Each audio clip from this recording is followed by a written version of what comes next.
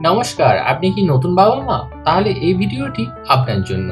নতুন বাবা-মা হিসাবে নবজাতকের যত্ন নিতে অনেকেই বিভ্রান্ত হন। নবজাতকের যত্ন নেওয়া সহজ বলে মনে হলেও এটি অনেক চ্যালেঞ্জের সম্মুখীন করে। সঠিক যত্ন না নিলে শিশুর ঠান্ডা, ইনফেকশন, হজমের সমস্যা, এমনকি ঘুমে ব্যাঘাত হতে পারে। তাই আজকের ভিডিওতে আমরা জানবো নবজাতকের যত্ন নেওয়ার সঠিক নিয়ম এবং 10টি কার্যকরী টিপস। এই ভিডিওতে নবজাতকের সঠিক যত্নের প্রয়োজনীয় টিপ দেওয়া হয়েছে, যা আপনার শিশুকে সুস্থ ও নিরাপদ রাখতে সাহায্য করবে। পুরো ভিডিওটি দেখুন, কারণ এটি আপনার শিশুর সুস্থতা নিশ্চিত করতে সাহায্য করবে। নবজাতকের যত্নে 10টি গুরুত্বপূর্ণ টিপস। শিশুকে পরিষ্কার ও গরম রাখতে হবে। নবজাতকের শরীরের তাপমাত্রা বজায় রাখা খুবই গুরুত্বপূর্ণ। শিশুকে সবসময় নরম ও পরিষ্কার কাপড়ে ঢেকে রাখুন। ঘরের তাপমাত্রা স্বাভাবিক রাখার চেষ্টা করুন, 26 থেকে 28 ডিগ্রি সেলসিয়াস। ঠান্ডা লাগলে একাধিক হালকা কাপড় পরান। অতিরিক্ত কাপড় পরিয়ে শিশুকে গরম করবেন না। 2. জন্মের পর প্রথম 6 মাস শুধুমাত্র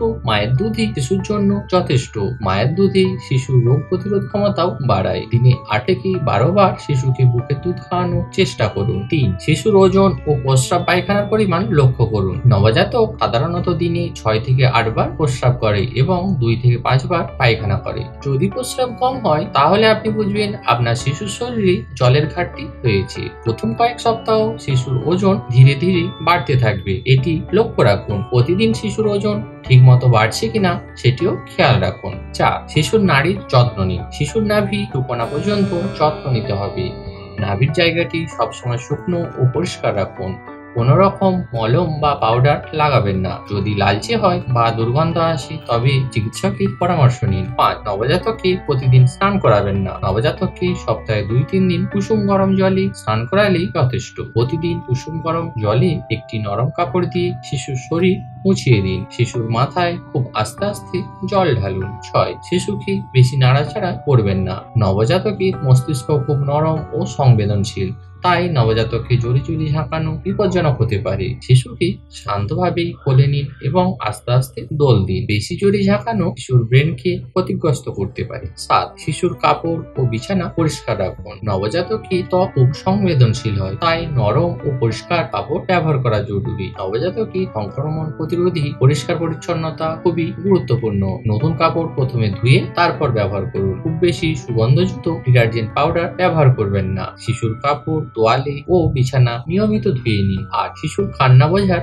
চেষ্টা করুন।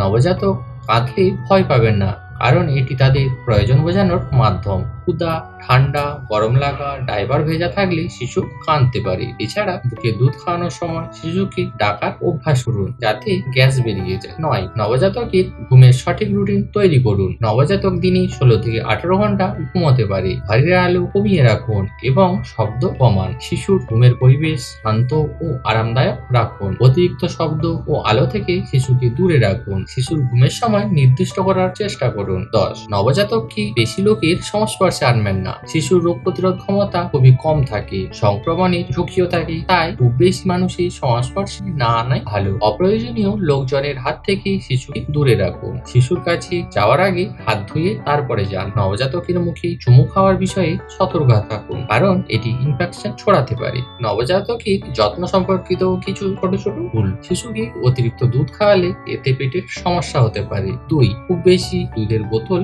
ব্যবহার করা মানে হলো মায়ের বুকের দুধই শিশুর জন্য যথেষ্ট। শিশুর গায়ে ঠান্ডা লাগলে সাথে সাথে ওষুধ দেওয়া না, এটি একদমই করবেন না। ডাক্তারের পরামর্শ ছাড়া কিছুই করবেন না। শিশুকে শক্ত খাবার খাওয়ানো 6 মাসের আগে, এটি হজমের সমস্যা তৈরি হতে পারে।